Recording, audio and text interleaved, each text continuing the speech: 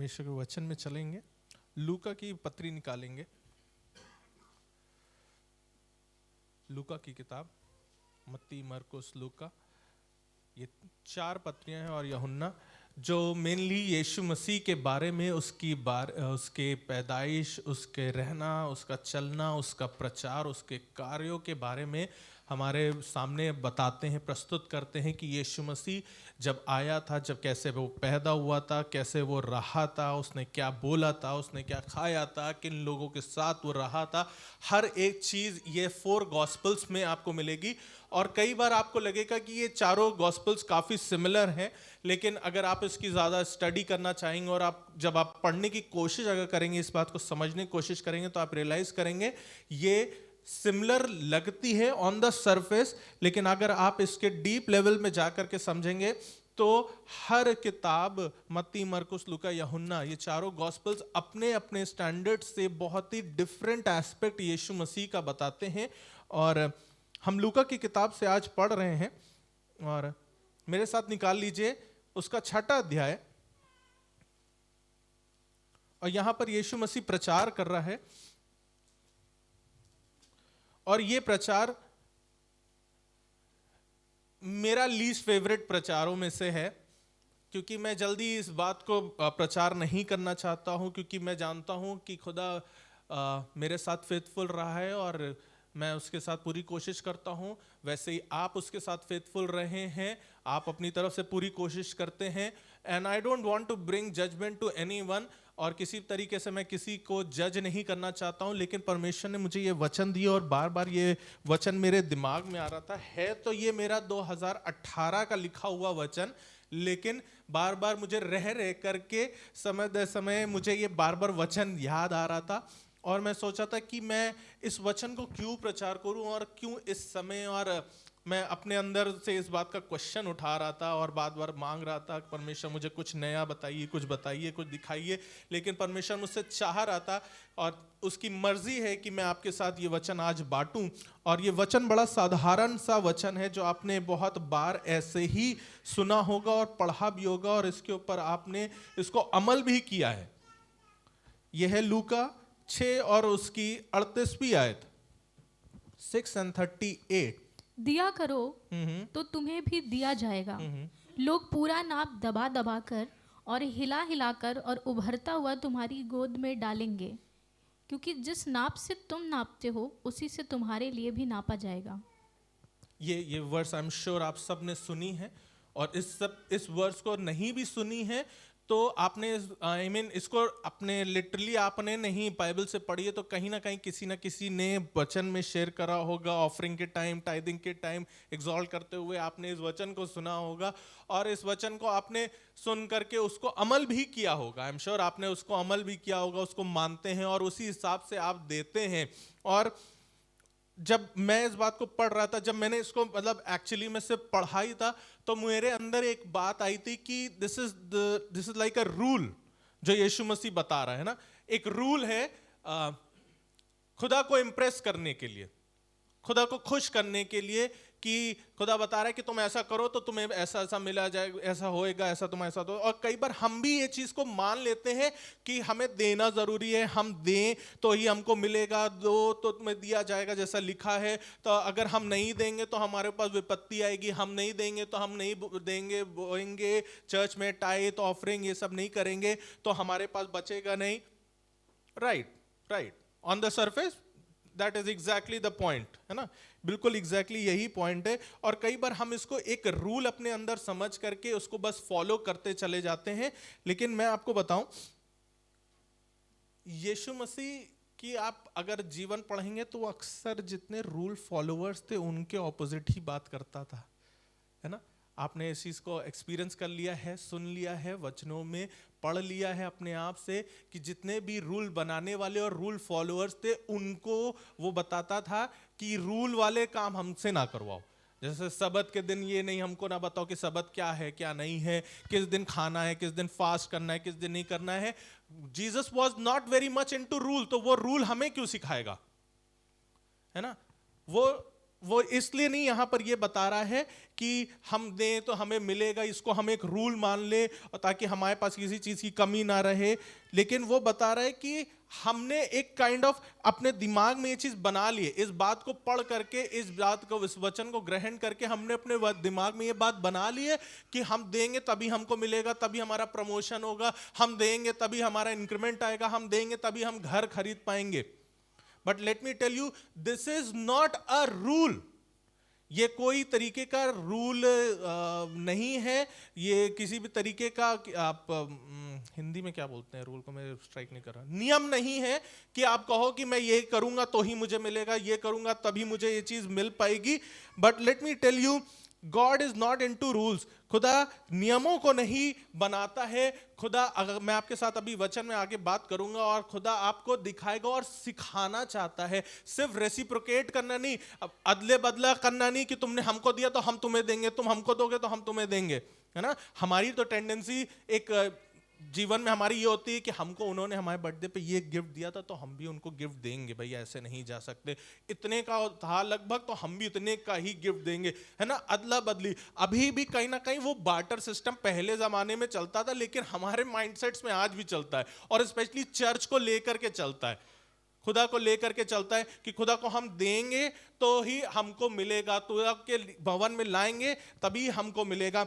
But let me tell you, अगर आप इसको अंडरस्टैंड करना चाहें तो यहां पर खुदा सिर्फ और सिर्फ फाइनेंसेस की बात नहीं कर रहा है कि पैसे लेकर के आओ, टाइथ दो और ऑफरिंग दो, but he is talking about every aspect of your life. वो आपके हर क्षेत्र की बात कर रहा है। वो सिर्फ पैसे की बात नहीं कर रहा कि आपने टाइथ दे दी और फिर उसके बाद अपनी मर्जी पूरे महीने भर कर रहे हो, काम पे लेट जा रहे हो, मन हो रहा तो कर रहे हो, बॉस की नहीं सुन रहे हैं और एक्सपेक्ट कर रहे हैं हमने टाइथ दी, हमको प्रमोशन मिलना चाहिए। This is no rule. इसीलिए मैं आपको बता रहा हूं कि ये रूल सिर्फ फाइनेंसेस पे नहीं अप्लाई होता है, लेकिन ये रूल आपके पूरे व्यक्तिगत जीवन पे, आपके पर्सनल लेवल पे अप्लाई होता है। That you forgive and you get forgiveness, है ना। दो तो तुम्हें दिया जाएगा, यही लिखा है ना। जितना कर सकते हो उतना करो, जितना माफ कर सकते हो उतना माफ करो, जितना प्यार कर सकते हो उतना प्यार करो, जितनी दया दिखा सकते हो उतनी दया दिखाओ। सिर्फ पैसे ही की बात नहीं है। कई बार ये, इसीलिए मैं बोल रहा हूं कि ये रूल हमने अपने दिमाग में बना लिया है कि पैसा देते जाओ, खिलाते जाओ, ये देते जाओ, उसको बांटते जाओ, उसको ये करते जाओ, उसको ऐसे देते हो, उसको वैसे कर दो।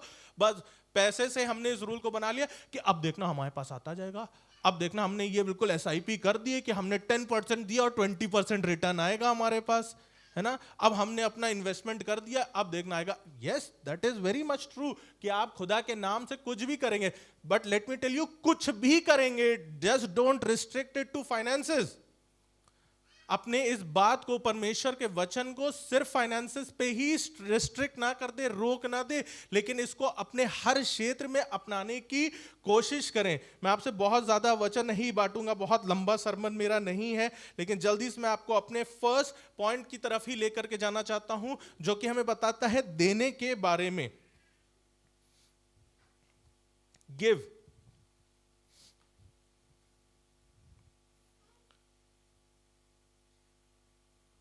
अगर आप यहां पर, जैसे मैंने अभी आपसे बात करी कि हम सिर्फ फाइनेंसेस में ही इस बात को ना समझे, लेकिन हम इसको हर एस्पेक्ट में ले सकते हैं।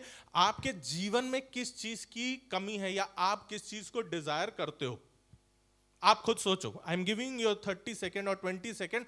आप किस चीज को डिजायर करते हो अपनी लाइफ में, इस प्रेजेंट पॉइंट ऑफ टाइम में आप क्या चाहते हो अपने जीवन में। मुझे मत बताइए, मुझे मत बताइए, आप खुद अपने लिए सोचिए कि आपको क्या चाहिए। आपको जो चाहिए ना, आप उसके बिहाफ पे दूसरों के लिए काम करना शुरू करिए। And let me tell you, do not restrict to yourself to your finances only. अपने आप को सिर्फ फाइनेंसेस की तरफ नहीं देखिए। आप चाहते हो कि मेरी कोई हेल्प नहीं करता है, मेरे साथ कभी कोई खड़ा नहीं होता, आप जाकर के दो तो तुम्हें दिया जाएगा, है ना। दूसरे की हेल्प करना शुरू कर दे। मेरे को कोई प्यार नहीं करता, कोई पूछता नहीं है, आप अपने आप से दूसरे को पूछना शुरू कर दीजिए। Call someone, talk to someone. मेरे साथ कोई चलने को राजी नहीं होता है, दूसरे के साथ जाने को राजी हो जाइए। कोई बताता है कि हमको इस हफ्ते हॉस्पिटल जाना था, हम आ जाएं, हम चल दें, एनीथिंग एनीथिंग। मैं तो आपको एक बहुत सिंपल, जो मुझे अभी दिमाग में एग्जांपल आ रहा है वो मैं बता रहा हूं। This is not a plan thing, but let me tell you, जो आप चाह रहे हैं इस प्रेजेंट पॉइंट ऑफ टाइम पे अपने लिए, वो दूसरे के लिए करना शुरू करें, दूसरे को देना शुरू करें, दूसरे के लिए, दूसरे के बिहाफ पे उस बात को सोचे समझे करने की कोशिश करें कि आपको इस समय क्या चाहिए। दो तो तुम्हें दिया जाएगा, whether it is love, it is forgiveness, it is Joy, it is whatever you are wanting for, जो आप चाह रहे हो, जो आपकी इस समय करंट में नीड है, जो भी आप चाहते हैं। इस वर्स में एक चीज मैंने और नोटिस करी कि यहां पर यीशु मसीह, आप खुद इस चीज को ऑब्जर्व करना, यहां पर यीशु मसीह यहां से फीलिंग्स की बात नहीं करे, तुम्हारी इच्छा हो तो दिया करो वरना कोई बात नहीं, है ना। यहां पर it is not a feeling, it is a command. दो तो तुम्हें दिया जाएगा, करो तो तुम्हारे लिए करा जाएगा, लाओ तो तुम्हारे लिए भी लाया जाएगा, है ना। यहां पर अगर मूड हो, शक्ति हो तो ले आना, अगर इस बार अच्छा लगे तो कर देना, अगर क्षमता लगे तुम्हें, अपने हाथ भर का लगे तो करने की कोशिश कर लेना। नहीं, खुदा का वचन यीशु मसीह यहां प्रचार कर रहा है और he is commanding us to do these things. कई बार ये चीजें देनी, करनी, सहनी आपको आउट ऑफ ओबीडियंस पड़ती है, आउट ऑफ अबंडेंस ही नहीं। क्या रे, हमको तो सब पूछते ही, हम ठीक ही, हमारा बढ़िया सब कुछ चल रहा है, हमको कोई जरूरत नहीं है। खुदा के फजल से घर में अच्छा सब कुछ है, काम पे सब बढ़िया है, वेरी गुड। लेकिन जब ना भी हो ना, तब भी परमेश्वर के नाम से उसके लिए दे और उसके लिए वो कार्यों को भी करते रहें जिनके लिए परमेश्वर आपसे चाह रहा है ना। Not only out of your feelings कि हमें चाहिए, हमें तो इस बार चाहिए, हमने जैसे ये तो मतलब एक तरीके से इस रूल को आपने अपनी किटी बना दिया है कि महीना महीना हम इन्वेस्ट कर रहे हैं, फिर हमको एक लमसम अमाउंट मिल जाएगा। ये नहीं, खुदा ऐसे काम नहीं करता है। जब मूड हुआ तो आपने जाकर के किसी से है बोल दिया कि भाई कोई जरूरत तो बता देना। जब हमको लगा कि हाँ इस हफ्ते हमारे पास कोई काम नहीं है, चलो लाओ, आप बोर हो रहे हैं तो फोन करके देख लेते हैं। बाद में खुद कुड़कुड़ाते कि हमको कभी कोई नहीं पूछता है, हमको कभी कोई नहीं बोलता है, हमको कभी कोई याद नहीं करता है। Don't do it out of your feelings. Do it out of obedience. कई बार चीजें आपके पास भी पूरी नहीं होंगी, लेकिन तब भी प्रचार में आज टाइथ का नहीं करना चाह रहा हूं, ऑफरिंग का नहीं करना चाह रहा हूं, लेकिन मैं बताना ही चाह रहा हूं कि कई बार आपकी फीलिंग्स अलाउ नहीं करेंगी उस पर्सन को फॉरगिव करने का, लेकिन वचन हमें सिखाता है कि दो तो तुम्हें दिया जाएगा। जब तक आप फॉरगिव नहीं करोगे, जब तक आप दया नहीं दिखाओगे, जब तक आप प्रेम नहीं दिखाओगे, तो आपके अंदर वो प्रेम उमड़ भी नहीं पाएगा, बढ़ भी नहीं पाएगा। आप वही अंदर से खाली बनते रह जाओगे, खाली के खाली ही रह जाओगे। कोई चीज बढ़ ही नहीं रही, कोई चीज बदल नहीं रहा। 25 निकल गया, 26 आ गया है, पता नहीं क्या हो रहा है। हम वही थे और आज भी वैसा ही फील कर रहे हैं, हमारे अंदर कुछ चेंज ही नहीं हो पा रहा है। क्यों? क्योंकि आप भी तो कुछ नहीं कर पा रहे हैं। आप बस चाह रहे हैं कि हमने ये रूल फॉलो कर लिया और हमने दे दिया और हमारा काम हो गया। अब खुदा ही हमारे दूसरों को दिखाएगा कि हमें किस चीज की जरूरत है और वो हमें अपने आप कॉल करके पूछेंगे। खुद ही हमको, अब हमने ऑफरिंग दे दी, हमने ऐसा कर दिया, हमने वैसा कर दिया, हमने ये करवा दिया था, उसमें कर दिया था। अब हमको, अब खुदा ही को हमने बोल दिया, खुदा ही हमारे लिए चीजें करवा देगा सब। अब वही प्रमोशन दिला देगा, अब वही करवा देगा। अब काम करने की हमें जरूरत नहीं है। हमने 10% से ना 1% और बढ़ा के दिया था इस बार, अब देखना अगले महीने हमको बढ़ा के मिलेगा। कभी हुआ है? नहीं होता है। मैंने अक्सर ऐसा किया लेकिन मिला नहीं कभी। ऐसा रूल नहीं है, ये रूल हमारे दिमाग ने बना लिया है, ये हमारे दिमाग ने बना लिया है। But let me tell you, जब मैंने आउट ऑफ नोवेयर चीजें करने की कोशिश करी है, तभी मुझे कहीं ना कहीं से कुछ ना कुछ एक्स्ट्रा मिल भी गया है। That is out of obedience, out of obedience. मैंने आप सबको देखा है और मैं आप सबकी तारीफ करना चाहता हूँ फाइनेंसेस में कि आप सब ने पूरा 100% वफादारी दिखाई। मैं तब की बात कर रहा हूँ कोविड में, जब लोगों की सैलरीज आती थी तब भी आपकी टाइट्स आती थी। I want to bless God for this कि उसने आपके मनों में ऐसा काम किया। और मैं सच में, मेरे पास इस समय 10 हाथ होते तो मैं आपके लिए ताली बजा रहा होता। परमेश्वर अपने वचन से यही सिखा रहा है और यही बताना चाहता है, और हमें हर दिन यही लगता है कि अरे ये तो वचन हम सुन चुके हैं, अरे हमको पता है, हमने तो बचपन में भी सुना था। नहीं, बचपन में सुना था, लेकिन आज आप उस पर कार्य कर रहे हैं कि नहीं? क्या मैं और आप उसके ऊपर कार्य कर रहे हैं कि नहीं? अगर यीशु मसीह फीलिंग्स की ही इतनी केयर करता ना, तो शायद वो क्रूज पे ही ना जाता, क्योंकि उसकी फीलिंग्स गत्सेमनी में तो बता रही थी कि ये बहुत बड़ा वो है, उसके लिए प्याला है पीने के लिए, है ना? उसने क्या प्रार्थना करी थी कि हो सके तो ये प्याला मुझसे टल जाए। That was the feeling, that was the human Jesus praying with his feelings. मेरे साथ निकालिए फिलिपियो 2 और उसकी 8वीं आयत। फिलिपियो 2 और उसकी 8वीं आयत। यीशु मसीह को भी फील नहीं हो रहा था कि उसे क्रॉस पे जाना चाहिए, but he did it out of obedience. और उसने तब भी उस काम को किया क्योंकि वो उसी के लिए बनाया गया था, वो इसीलिए आया था, उसका जन्म इसीलिए हुआ था कि वो हमारे लिए उस मृत्यु को सह करके मुझे और आपको आजाद कर सके। जी, मिल गया हो तो पढ़ दें। और मनुष्य के रूप में प्रकट होकर अपने आप को दीन किया और यहाँ तक आज्ञाकारी रहा कि मृत्यु, हाँ, क्रूस की मृत्यु भी सह ली। आज्ञाकारी होकर के यीशु मसीह खुदा हो, तुम ना भी करते तो हम क्या ही कर लेते, है ना? अब आप खुद सोचो, अगर यीशु मसीह ना मरता, ना क्रूस सहता, तो क्या ही हम कर सकते थे? हम क्या किसी बात को क्लेम कर पाते कि नहीं नहीं नहीं आपने ऐसा कहा था, ऐसा नहीं हुआ था? भाई, खुदा तो खुदा है। कभी आप खुदा से क्वेश्चन कर सकते हैं? नहीं कर सकते हैं। तब और आज और कभी भी हम क्वेश्चन नहीं कर सकते। लेकिन क्यों उसने उस मृत्यु को सही? क्यों हमें वो दया दिखाने की जरूरत है? क्यों हमें वो प्रेम बढ़ाने की जरूरत है? क्यों हमें उस चीज को बढ़ाने की जरूरत है? क्योंकि हमारे पास एक रूल है, दो तो तुम्हें दिया जाएगा, दबा दबा के दो तो वैसे ही बढ़ बढ़ के हमारे पास भी आएगा, है ना? ये रूल है, हमने बना लिया है कि उन्होंने हमको 500 रुपए दिए थे तो हम भी 500 रुपए का लिफाफा देंगे। ये रूल है। नहीं, कई बार हमें अपनी आज्ञाकारिता के कारण देना पड़ता है। कई बार हमें अपनी आज्ञाकारिता के कारण माफ करना पड़ता है। कई बार हमें आज्ञाकारिता के कारण दूसरों को प्रेम दिखाना पड़ता है। कई बार आज्ञाकारिता के कारण आपको दूसरे के लिए प्रार्थना भी करनी पड़ेगी, उस इंसान को फेस भी करना पड़ेगा, उस इंसान के साथ बैठना भी पड़ेगा। किस लिए? आई नो आपका भी कई बार मन नहीं करता है कि उनसे बात करें, आपका भी मन नहीं करता है कि इस बार चर्च जाए, इस बार ऐसा हो, उनके साथ मिले, उनको ना बुलाना वरना हमारे लिए बड़ा मुश्किल हो जाता है। लेकिन आउट ऑफ ओबीडियंस यीशु मसीह ने इतनी बड़ी चीज कर दी मेरे और आपके लिए, और वही वो चाहता है कि वो हम भी सीख सकें, कि हम भी आउट ऑफ ओबीडियंस, आज्ञाकारिता के कारण चीजों को करना सीख सकें।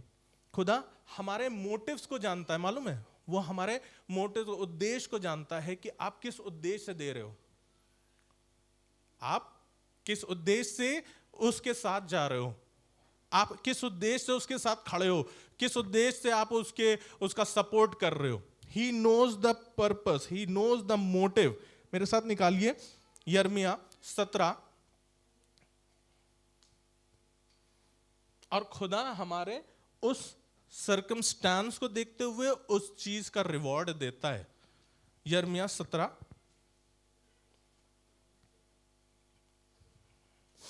10। यिर्मयाह 17 10th वर्स। मैं यहोवा मन की खोजता और हृदय को जांचता हूँ, ताकि प्रत्येक जन को उसकी चाल चलन के अनुसार अर्थात उसके कामों का फल दूं। अगर आप सिर्फ इसलिए किसी से बात कर रहे हैं कि वो आपसे पलट के आपका दोस्त बन जाए, या आप चर्च में सिर्फ इसलिए दे रहे हैं कि हर साल आपका रेगुलर इंटरवल पे इंक्रीमेंट आता रहे, या आपका नाम हो जाए, या आपको शोहरत मिल जाए, या आपका जो भी मोटिव है, if it is not God concern, अगर आपका मोटिव कोई भी काम करने का, चाहे फाइनेंसेस से रिलेटेड हो, चाहे आपके इमोशन से, स्पिरिचुअलिटी से, या वर्ल्डली तरीके से भी आपका काम करने का मोटिव है, किसी के थ्रू, किसी के द्वारा या किसी के लिए, God knows your heart. Let me tell you, वो उसने लिखा है कि वो उसी के हिसाब से आपको उसका फल देता है ना? यही तो लिखा है कि वो उसी के हिसाब से आपको उसका फल देगा। जस्ट बिकॉज आपकी 13 मंथ सैलरी आती है दिसंबर में, तो आपने कहा कि आज इस बार दिसंबर में हम सबको गिफ्ट बांटेंगे, इस बार हम ये कर देंगे, इस बार हम वो करवा देंगे, इस बार चर्च में हम इतना करवा देंगे, ऐसे दे देंगे, हम टाइथ में अपना 10 का 20 दे देंगे। बहुत अच्छी बात है, प्लीज डू, जरूर से दीजिएगा। मैं बिल्कुल भी नहीं रोक रहा हूं कि आप अपनी टाइथ को कहीं से कम करें या किसी तरीके से आप उसको रोकें या चर्च में देना या कम करें, लेकिन उद्देश्य प्रभु को दिमाग में रखते हुए करें। शान शौकत के लिए ना करिएगा प्लीज, है ना? इसलिए ना करिएगा कि कहीं से भी ग्लोरी आपकी तरफ जाने लगे, है ना? इसीलिए कभी भी हमारे पास आप ही लोग सारा फाइनेंसेस प्रोवाइड करते हो और सारे खर्चे आप ही के फाइनेंसेस से होते हैं। बेसिकली कहा जाए तो जो खाना खाते हैं आप अपने पैसे का खाते हैं चर्च में, है ना? तो बात ये है, हम इसीलिए कभी भी बैनर नहीं लगवाते हैं, नोटिस बोर्ड पे नाम नहीं लिखवाते हैं, और किसी भी डोनर का या टाइथ पेइंग मेंबर का नाम ले करके हम प्रार्थना नहीं करते, क्योंकि आप सब ही इन्वॉल्व हो। So the motive is to glorify God, not people. Hallelujah.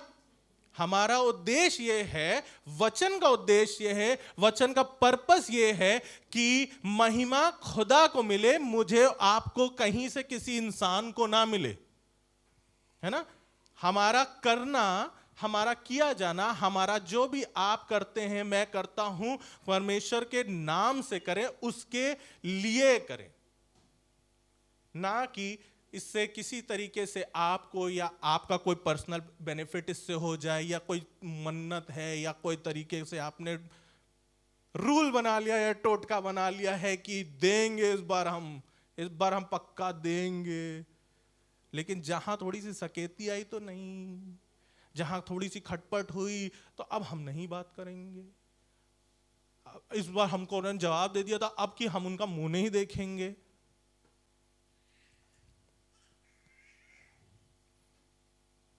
कई बार मैं इसलिए बोल रहा हूं कि उद्देश्य खुदा का होना चाहिए कि खुदा क्या हमें देना चाहता है। मैं इसलिए बता रहा हूं क्योंकि कई बार हम जो चाहते हैं खुदा उससे बेहतर हमारे लिए चाहता है। यस, कई बार जो हम चाहते हैं कि हमें मिल जाए या हमको ये चीज चाहिए, हमें लगता है कि हमें ये चीज चाहिए, लेकिन खुदा को मालूम है और वो जानता है कि हमको उससे बेहतर वो दे सकता है। मैं आपको एक स्टोरी बताना चाहता हूँ जल्दी से, एक छोटी सी स्टोरी। ये एक बुक है बेसिकली, और उस बुक में ये मैंने ये स्टोरी पढ़ी थी, और ये एक जीवित व्यक्ति की स्टोरी है। कोरी टिम्बूम उनका नाम है, और ये बेसिकली इनकी स्टोरी में पूरा डिस्क्राइब करा गया। ये 50 साल की उम्र की एक लेडी है जिन्होंने अपनी ये गवाही रखी है, और मैं आपको गवाही बता रहा हूँ कि ये 50 साल की हैं, और ये स्टोरी लिखी गई है लगभग 90s में लिखी गई है। और तो उस हिसाब से आप समझ लीजिए कि आज के टाइम पे मुझे नहीं पता वो जिंदा है कि नहीं है। फिलहाल द पॉइंट हियर इज कि ये नाजी कैंप की सर्वाइवर है। नाजी कैंप क्या था? हिटलर, आपने नाम सुना है? हिटलर नाम सुना है? आपने नहीं सुना है तो कोई बात नहीं, आप थोड़ा सा गूगल करेंगे बहुत कुछ पता चल जाएगा। हिटलर दुनिया का सबसे क्रूर इंसान बोला जाता है, सबसे क्रूर इंसान बोला जाता है, सबसे खराब इंसान, सबसे स्ट्रिक्ट, सबसे ज्यादा दर्द देने वाले कामों में हिटलर का नाम आता है। क्यों? क्योंकि उसने यहूदी लोगों को अगवा करके पूरे पोलैंड से यूके में जितनी भी जगहों पे उसका चल सकती थी उसका राज, वहां से यहूदी लोगों को उसने उठा करके बंधुआ बना लिया था, और उनको टॉर्चर करता था और उनके लिए ट्रेन चलाता था, पूरी पूरी ट्रेन्स भर करके यहूदियों की आती थी और वो उन कैंप्स में उनको रखता था, उनसे काम करवाता था। एक सीन मुझे ध्यान है कि मैंने एक मूवी में देखा था कि ये उसी कैंप के बारे में था कि लोग फड़वा लेकर के हल खोद रहे हैं और चीज़ें काम कर रहे हैं। उनमें से उनका जो नाजी ऑफिसर था वहाँ पर, हिटलर नहीं था वो, नाजी ऑफिसर था, वो उनके ऊपर नज़र रख रहा था और उसने बस देखा कि एक यहूदी सीधा खड़ा होकर के ऐसे अंगड़ाई ले रहा, उसने पीछे से उसको गोली मार दी। कुछ नहीं करा, उसने सिर्फ हड़वा छोड़ करके अंगड़ाई ली और उसको गोली मार दी। इतना ज्यादा उन लोग को दबाया, मारा और उनको कुछ नहीं समझा जाता था। तो फिलहाल ये थी हिटलर के नाजी कैंप की स्टोरी। और कोरी टिम्बूम की मैं आपको बताना चाह रहा हूं कि इनके साथ क्या हुआ। 1940s की बात है, जब ये नाजी कैंप में थी तो जो सिर्फ मेल्स की ही बात नहीं है, फीमेल्स को भी अगवा करा जाता था और उनके सब तरीके से उनको प्रताड़ित करा जाता था। सारे गलत काम, सारी चीजें उनको सब तरीके से टॉर्चर करा जाता था। और फिर उसके बाद बीच में यूएनआई वर्ल्ड वॉर 2 खत्म हुई और किसी तरीके से ये कुछ यहूदी लोग बच गए। उनमें से कोरी टिम्बूम भी थी जिन्होंने आगे चल के मसीह को ग्रहण करा। यहूदी हैं लेकिन इन्होंने आगे चल करके मसीह को ग्रहण किया, and she is a Christian now. और अब वो एक प्रचार में ही अपनी गवाही बता रही हैं। और उन्होंने बताया कि एक बार वो प्रचार कर रही थी एक संडे को, और जर्मनी में वो प्रचार कर रही थी और उस जर्मनी के उस चर्च में वो प्रचार कर रही थी माफी के ऊपर, ठीक है, क्षमा के ऊपर प्रचार कर रही थी। और एक हैट लगाया हुआ एक आदमी आकर के वहां बैठा और उन्होंने भी उसको नोटिस करा कि थोड़ा सा लेट आया या जो भी वजह से उसने नोटिस करा कि वो आकर के बैठा। फिर उसके बाद उन्होंने प्रचार कर लिया, उनकी सर्विस खत्म हो गई और वो आदमी आकर के उनके पास मिला और उनसे बोलने लग गया कि क्या आप मुझे माफ कर सकती हैं। तो उन्होंने कहा कि जी बिल्कुल कर सकती हूँ, क्यों, आप ऐसे क्यों बोल रहे हैं और आपने क्यों बताया, आप मुझसे क्यों माफ़ी मांग रहे हैं, क्या हो गया। तो उसने बताया कि आपने शायद मुझे पहचाना नहीं, आप जिस कैंप में थी जहाँ पर आपको प्रताड़ित किया जा रहा था, मारा जा रहा था, रेप किया जा रहा था, हर तरीके से टॉर्चर कराया जाता, उस कैंप का मैं लीडर था। जब उसने ये बात सुनी तो उनका ये लिखा हुआ है, उनके शब्द हैं कि उनकी बॉडी में शिवरिंग होने लग गई, उनको सारी चीज़ों के फ्लैशबैक आने लग गए, जितनी चीज़ें उनके साथ हुई थी उनके सामने आने लग गए। और अब आप सोचिए, वो पर्सन प्रचार कर रही है माफ़ी के ऊपर, क्षमा के ऊपर, और वो इंसान जिसने उसको टॉर्चर करा है, सालों टॉर्चर करा है, रेप करा है, मारा है लिटरली, वो उससे अब माफी मांग रहा है। वो उनका लिखना है कि मेरे बॉडी में शिवरिंग होने लग गई और मुझे समझ नहीं आता मैं क्या बोलूं। मैं उस खौफ में, उस ट्रॉमा में आ गई कि मेरे मुंह से शब्द नहीं निकल पा रहे थे कि मैं बोलूं तो बोलूं क्या, क्योंकि मुझे मेरे सामने वो हैवान दिख रहा है। उनके मुंह से शब्द नहीं निकल पा रहे थे, लेकिन उन्होंने कहा कि उनके मुंह से शब्द नहीं निकल पा रहे थे, लेकिन उन्होंने मन में प्रार्थना करी कि परमेश्वर मैं क्या करूं, परमेश्वर मैं क्या करूं। तो उनके अंदर एक आवाज आई कि तुम इसे माफ कर दो। कितनी बड़ी चीज है। हमको तो कोई पलट के जवाब दे देता है तो हम नहीं उसको सहन कर पाते हैं, है ना, हम उसको नहीं ले पाते हैं। बनते क्या है अपने आप को, क्या सोच रखा है, इनके अलावा कोई और नहीं है, ऐसा कैसे हो सकता है। और बताऊं, उन्होंने ये बात कही कि ये आवाज आई और उन्होंने उस आदमी को माफ करा और उसके लिए प्रार्थना करी। और मेन बात मालूम क्या, उन्होंने लिखा कि मैंने प्रचार करा माफी के लिए और मैंने प्रार्थना करी माफी के लिए और मैंने उस इंसान को माफ भी किया, लेकिन जब मैंने ये कर दिया वो इंसान चला गया, तो उन्होंने लिखा कि मेरे अंदर इतना प्रेम उमड़ने लग गया, मेरे अंदर इतना प्रेम भरने लग गया, मेरे अंदर इतना ज्यादा सबके लिए दया, प्रेम, दृष्टि, सब चीजें बढ़ने लग गई कि मुझे भी नहीं समझ में आ रहा था ये क्या हो रहा था। उन्होंने ये बताया कि मैंने माफ किया, मुझे लगता था कि मैं उनको माफ कर दूंगी तो मुझे माफी मिल जाएगी, लेकिन खुदा माफी के बदले माफी नहीं, माफी के बदले उन्हें प्रेम देना चाह रहा था। हालेलुया। कई बार हमें लगता है कि हमें ये चीज चाहिए तो हम ये काम कर लें, हम ये चीज चाहिए तो हम उसके अनुसार काम कर दे, लेकिन जब आप काम करेंगे बिना उद्देश्य के, अपने मकसद से, खुदा के मकसद से अगर आप काम करेंगे, खुदा की आवाज सुन करके, तो जो प्रेम उन्होंने आज तक कभी नहीं रिसीव करा था, वो प्रेम उनके अंदर उमड़ने लग गया। वो स्त्री जिसने इतना प्रताड़ित हो रखी थी, जिसने इतनी चीजें सही थी जो एक इंसान अपनी एक लाइफ में झेल भी नहीं सकता, उसने जब माफ किया, उसने सोचा कि उसको शायद माफी की जरूरत है, उसके अंदर से ये बोझ हटाने की जरूरत है, उसके अंदर से ये घृणा, उसके अंदर से गुस्सा, उस नाजी कैंप की यादें हटाने की जरूरत है। कैसे हटाएं? शायद माफ करने से होगा नहीं, माफ करा उसने, लेकिन मिला उसको बदले में प्रेम। तो कई बार मुझे और आपको पता भी नहीं होता है कि हमें वो प्रमोशन चाहिए भी कि नहीं चाहिए, हमें सही में पता नहीं होता कि वो इंक्रीमेंट हमारे लिए अच्छा है भी कि नहीं है, कई बार हमें पता नहीं कि वो पर्सन हमारे लिए अच्छा रहेगा कि नहीं रहेगा। कई बार हम प्रार्थना तो करने लग जाते हैं उन चीजों के हित में कि परमेश्वर हम देखिए ये कर रहे हैं, आप हमारे लिए ये कर दीजिएगा, हम ऐसा करना चाह रहे हैं, आप हमारे लिए ऐसा कर दीजिएगा। कई बार उद्देश्य हमारे अपने मकसद के होते हैं, इसलिए हम कई बार टाइथ, ऑफरिंग, माफी, दया, प्रेम ये सब दिखाने लग जाते हैं। लेकिन लेट मी टेल यू, आप खुदा की मर्जी में हो करके, उसकी आवाज सुन करके जब काम करना शुरू करेंगे ना, आपको माफी के बदले और प्रेम मिलता चला जाएगा। हालेलुया। शायद दया के बदले आपको और उन्नति मिलती चली जाएगी, शायद घृणा के बदले आपको और शोहरत मिलती चली जाएगी। उद्देश्य हमारा काम करने का दो तो दिया जाएगा का ना, उद्देश्य बड़ा ही आपको दिमाग में रखना है कि वो खुदा के लिए हो, उसमें आपका कोई बैक ऑफ माइंड को प्रॉफिट एंड लॉस ना चल रहा हो। और कई बार सिर्फ आउट ऑफ ओबीडियंस, कोरी टेम्बूम को भी आउट ऑफ ओबीडियंस ही माफ करना पड़ा उस नाजी कैंप के लीडर को। वो चाहती तो ना करती, अब तो वो आजाद है, वो भी आजाद है। मतलब मैं तो सोच रहा था कि उस लीडर की भी ऑडेसिटी देखिए, आया भी वो उसी के पास।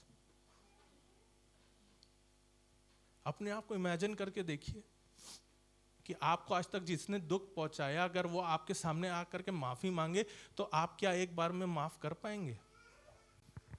क्या आप उसको उसके बदले में उसका सिला देने की सोचेंगे, या आप उसके लिए ऐसी प्रार्थना करेंगे परमेश्वर तुम्हें जहन्नुम का नीचे वाला रास्ता दिखाए, तुम्हें ऐसा तेल में तले की कसम से तुम्हारे क्या कहते हैं पकौड़ियां बन जाए, तुम्हारे सीख कबाब निकले।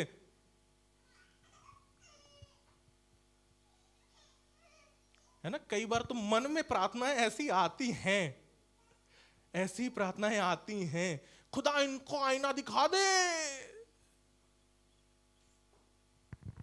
खुदा इनको बता दे, इनको वो आवाज सुना दे, वो जो रिकॉर्डिंग मैंने करी है इनको दिखवा दे। कई बार मन से प्रार्थनाएं ऐसी ही निकलती हैं। लेकिन क्या परमेश्वर के मन की बात को आप सुन करके उसको करने की हिम्मत रखते हैं? एक बात और बता करके एंड करना चाहूंगा, मेरे साथ निकालिए पहला इतिहास 21 और उसकी 24वीं आयत। ये दाऊद की वन ऑफ द फेवरेट, मतलब मैंने जब इसको पढ़ा मुझे लगा कि शायद ये दाऊद का one of the most impactful statement है। दाऊद का ये सबसे ज्यादा प्रभावशाली स्टेटमेंट है, डायलॉग है। 21वां अध्याय और उसकी 24वीं आयत। राजा दाऊद ने ओर्नान से कहा, नहीं मैं अवश्य इसका पूरा दाम। First Chronicles chapter 21, first Chronicles chapter 21 24th verse. राजा दाऊद ने ओर्नान से कहा, नहीं मैं अवश्य इसका पूरा दाम ही देकर इसे मोल लूंगा, जो तेरा है उसे मैं यहोवा के लिए नहीं लूंगा। दाऊद ऑल्टर बनाना चाह रहा है, वेदी बनाना चाह रहा है, और ये अर्नान की जगह है, वहां पर उसको एक ऑल्टर बनाना है, और वो वेदी बना रहा है ताकि वो वहां पर वर्शिप कर सके, है ना? और वहाँ पर वो अपनी आराधना कर सके, अपनी चीज़ों को परमेश्वर के सामने रख सके, अपने सैक्रिफाइसेस को वहाँ परमेश्वर के सामने ले करके आ सके, ताकि वो उसकी आराधना, उपासना, उसकी इबादत अपने हिसाब से कर सके। लेकिन दाऊद ने यहाँ पर बड़ी अच्छी चीज़ बोली अर्नान से कि जी, नहीं, मैं अवश्य इसका पूरा दाम ही देकर इसे मोल लूंगा। मैं अपना उसका पूरा दाम दे करके इसको मोल लूंगा। क्यों? जो तेरा है उसे मैं यहोवा के लिए नहीं लूंगा और ना सेत मेत का होम बलि चढ़ाऊंगा। सेत मेत का होम बलि नहीं चढ़ाऊंगा, पासिंग द पास नहीं खेलूंगा। अरे वहां उन्होंने हमको वो गिफ्ट दिया था, लो ये वाला गिफ्ट इनको दे देते। होता है सबके घर में, डोंट टेल मी आप नहीं करते, है ना? ये रखा हुआ वाला गिफ्ट रखा हुआ है, लो वो चढ़ा देते। अरे हमारे हमारे वो वाले मामा आए थे, वो 2 बोरी दे गए थे गेहूं का, लो 1 बोरी दे देते हैं वहां पर।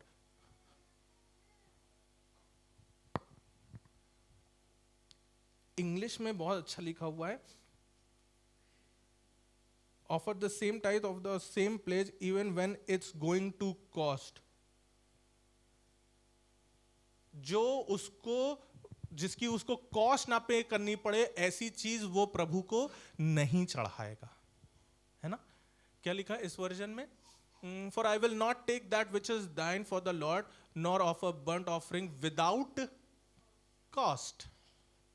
विदाउट कॉस्ट वो कोई भी फ्री फंड की चीज परमेश्वर के सामने नहीं चढ़ाना चाहता है। देखिए, आपके जीवन में कई बार आपका ईगो कॉस्ट करेगा, आपको कॉस्ट करेगा, आपका ईगो, आपका एटीट्यूड, आपकी सकेती भी कॉस्ट करेगी, लेकिन आपको उसके बावजूद भी परमेश्वर के सामने चढ़ावा चढ़ाना है out of obedience. Out of obedience, आज्ञाकारिता के चलते आपको इन चीजों को करना है ही, इन चीजों को करना पड़ेगा ही। दाऊद ने बड़ी अच्छी बात यहां पर सिखाई कि मैं ऐसी चीज नहीं चढ़ाऊंगा जो फ्री फंड की हो, या मैं सिर्फ ऐसी ले करके करूं, या जिससे मुझे कोई मिल ही नहीं रहा है, मेरे पास पड़ा था तो मैंने दे दिया, मेरे पास था तो भर दिया, ला दिया, कर दिया, हम फ्री थे तो चल दिए। करें वो चीजें, try to do those things. यही नहीं कह रहा हूं कि ऐसा काम करें जो सिर्फ आपको कॉस्ट ही कर रही हो, लेकिन ऐसे में भी काम करें जो चीजें आपके लिए मुश्किल लग रही हो, लेकिन still out of obedience you do it for the Lord. Hallelujah. तब भी आप परमेश्वर के लिए काम करें जब आपको डिफिकल्ट लग रहा हो, which could cost you something. शायद आपका महीने का बजट हिल जाएगा, शायद आपका एटीट्यूड को आपको थोड़ा टेम करना पड़ेगा, शायद आपको ईगो को थोड़ा सा साइड रखना पड़ेगा। Offering to God may cost you something. परमेश्वर के सामने वेदी बनाना शायद आपको कुछ देना पड़ सकता है, कुछ कॉस्ट देनी पड़ सकती है, लेकिन यही परमेश्वर चाहता है।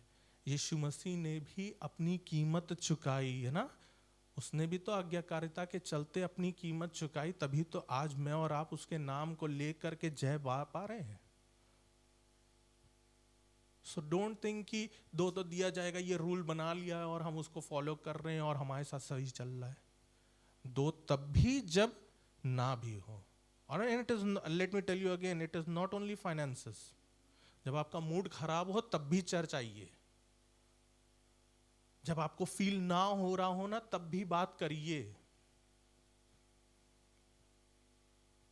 जब आपको लग रहा है कि आपकी कोई केयर नहीं करता है तब भी दूसरे की केयर करने की कोशिश करिए।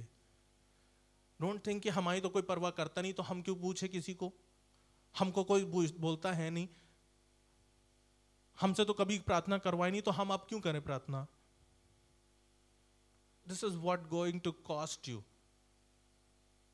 यही चीजें तो है जिसके लिए दाऊद ने बोला कि मैं ऐसा काम नहीं करूंगा जो सिर्फ मेरे पास सेहत मेत में रखा हो। परमेश्वर को सेहत मेत वाली चीजें पसंद नहीं आती हैं। परमेश्वर सेहत मेत वाली चीजें, बार्टर सिस्टम रखा था तो दे दिया, पासिंग द पास, होगा तो कर देंगे, नहीं है तो कहां से करें। नहीं, खुदा आपकी आज्ञाकारिता को देखना चाहता है। सिर्फ एक रूल नहीं बना दिया यीशु मसीह ने कि 2 तो तुम्हें दिया जाएगा और तुम देते रहेंगे और अपने हिसाब से बाकी काम करेंगे, इधर रूल हो गया काम पूरा तो अब हमको उसका बेनिफिट मिलता जाएगा, रिवॉर्ड मिलता जाएगा। नहीं। लास्ट वर्स, दूसरा कुरिन्थियों 9, दूसरा कुरिन्थियों 9,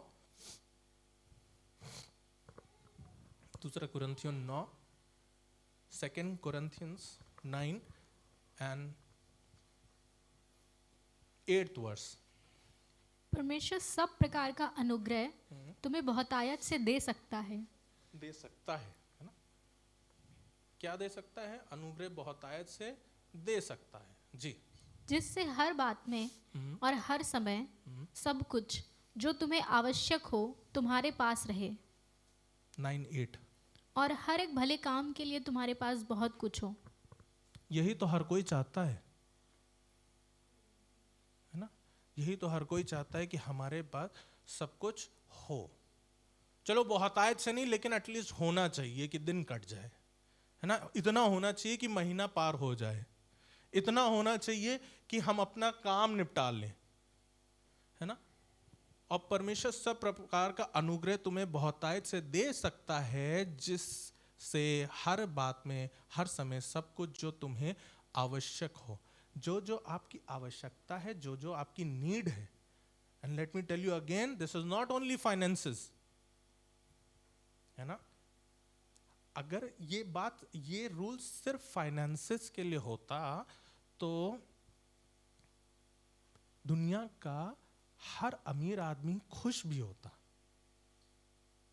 दुनिया का हर अमीर आदमी खुश भी होता, उसकी फैमिली में कभी कोई प्रॉब्लम ना सुन रही होती, कभी आप उनके बारे में पढ़ रहे होते कि उन्होंने सुसाइड कर लिया, उनकी फैमिली में स्प्लिट हो गए, उनके यहाँ ये हो गया, उनके यहाँ वो हो गया।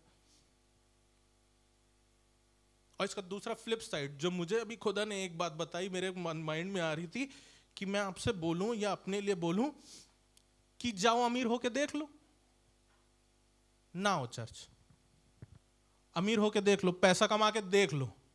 मैं लिटरली बता रहा हूं, मैं सुबह सुबह उठा और जाकर मेरे दिमाग में थॉट है, हमने कहा खुदा मैं तो वैसे कुछ नहीं कर पा रहा हूं, मैं कहां कमा लूंगा, लेकिन थॉट आया कि जाके बोलो लोगों से, कमा के देख लो, पैसे कमा के देख लो, अमीर होके देख लो, बैंक बैलेंस, अपनी एफडी सारी चीजें भर के देख लो, और तब बताना उसके बाद खुश हो। क्या उसके बाद खुश हो पा रहे हो? अब चाहे आप फरारी में रो, चाहे एम्बेसडर में रो तो रो ही रहे हो, रो तो आप रहे हो ना, है ना? लॉस तो हो ही रहा है, स्प्लिट तो हो ही रहे हैं, डिवोर्सेस तो हो ही रहे हैं, हालात तो बिगड़ ही रहे हैं, लेकिन परमेश्वर चाहता है, ये चाह रहा है कि मैं बंद कर दूं, जिससे हर बात में और हर समय सब कुछ तुम्हें आवश्यक हो तुम्हारे पास रहे, और हर एक भले काम के लिए,